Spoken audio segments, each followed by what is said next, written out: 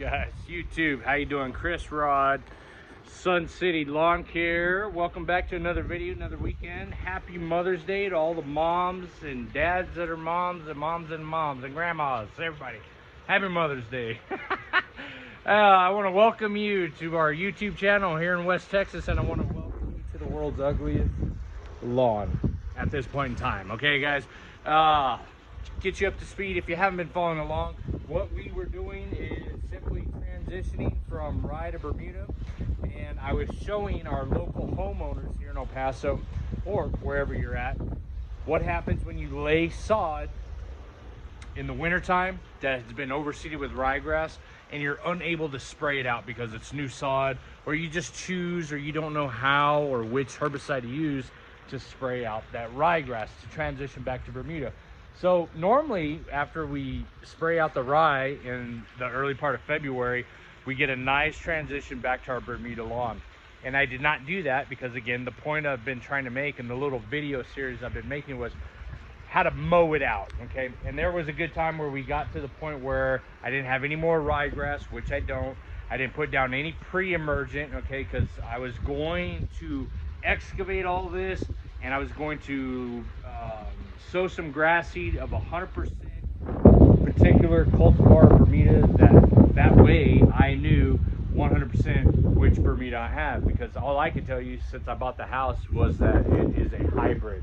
I can't tell you if it's a tipway, a tip green. I just know it's a hybrid Bermuda, and I've been maintaining it since. So I didn't put down pre-emergent, okay? By not spraying out the rye, by not applying pre-emergent, we allowed an invasive weed type to take over my yard, which is why you see so much, well, it's part of the reason why you see so much brown, okay? Primarily it's brown right now because I sprayed it. We got overtaken by quack grass, guys. And I'm gonna zoom in here. We're gonna take a look at this dead, dying quack grass that I have, because we sprayed it about a week ago with Certainty, a combination of Certainty and Celsius, which are two selective herbicides that you can use for all your southern lawns to kill any particular kind of weed, okay? Not any, but most. Let's zoom in here. Let's zoom in here and take a look at some of these dead weeds, okay? And this is, I shouldn't say weeds, it's a weed that we were trying to target, and that was this quack grass. But look at this stuff, guys. This is paper sack brown. This is straw brown, okay? And when you pull some of this stuff up, you can absolutely see the chlorosis and the browning and the death of this weed. And you see the grass head there? And you zoom down to the stalk. This is all dead quack grass. I mean, just look at it. It's everywhere. And then when you get beneath the quack grass here, like here's a really good example, okay? Lots of chlorosis, wilting. When you get between it all, there is our green Bermuda. So it's hiding underneath. So as I just showed you, a lot of dead grass here. It's looking crispy, it's looking dry. It's nasty, man. And this is what happens when you mow it out, the ryegrass or any other kind of weeds, and you don't use herbicides. You can get an overpowering process of a dead weed, okay? Especially like ryegrass, where it dies in the summertime or the heat of the summer. But when you start to use herbicides, you're gonna kill off whatever you don't want, right? And that's the goal. That's the point of the video, okay? I'm showing you an update of our herbicide application, the Celsius and the Certainty, and underneath a lot of this is our underlying hybrid Bermuda grass. So today's video was simply to show you the application, the results of the application we did. Some studies out there show you that there's not a selective herbicide that will kill quack grass, which I think we've validated that you can utilize some to control it, okay? Now, what we're gonna do today, because it's Mother's Day, we're gonna get out here and do some basic lawn care. We're gonna get it mowed, edged, and we're gonna start pushing some growth, guys. Start pushing that Bermuda grass to take over and get those stolons to fill in over those dead quack grass weeds.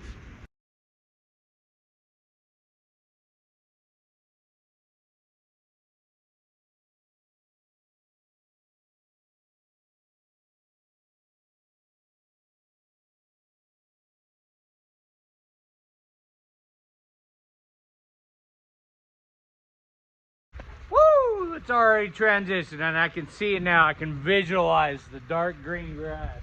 It's funny when you start mowing down. Wait, are those? They are. Is that Bermuda striping? Bermuda and quack grass stripes? So, all said and done, quick video. That was just an update. I wanted to show you and display to you guys the results of our application from our herbicide application. These things take time, okay? It's not an overnight process. I think I'd sprayed it 2 weeks ago. So between 7 and 14 days is when we start to see the residual effects, the chlorosis, the wilting of weeds. And it all depends on ambient air temperatures. But I think I gave you guys a really good example of, you know, when you spray a yard and you're trying to kill something like quack grass, which is a problematic weed, and it's very invasive. So I'm going to have to stay on top of this. But we're at the point now where Bermuda lawns should be thriving. I have clients whose lawns look better than mine right now, but they should, because we do pre-emergent applications. We're mowing frequently. We're on top of the post-emergent applications. There shouldn't be any issues, and same with the fertility program, right? But we had such a quack grass, again, is such an invasive weed that if you don't spray it, which in my scenario, I had to get down this herbicide, okay?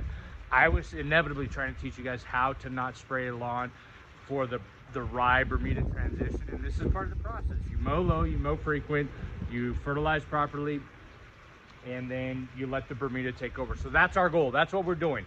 What I want you guys to do is go ahead and hit that subscribe button, because my next video, we're going to be talking about our upcoming pre-emergent application, okay? That is due this time of the year in May, okay? So if you had done your February application, February, March, April, May, this is the 4th month.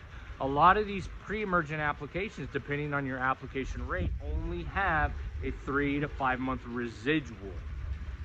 Let me repeat that. They only have a 3 to 5 month residual. So we're on month 4.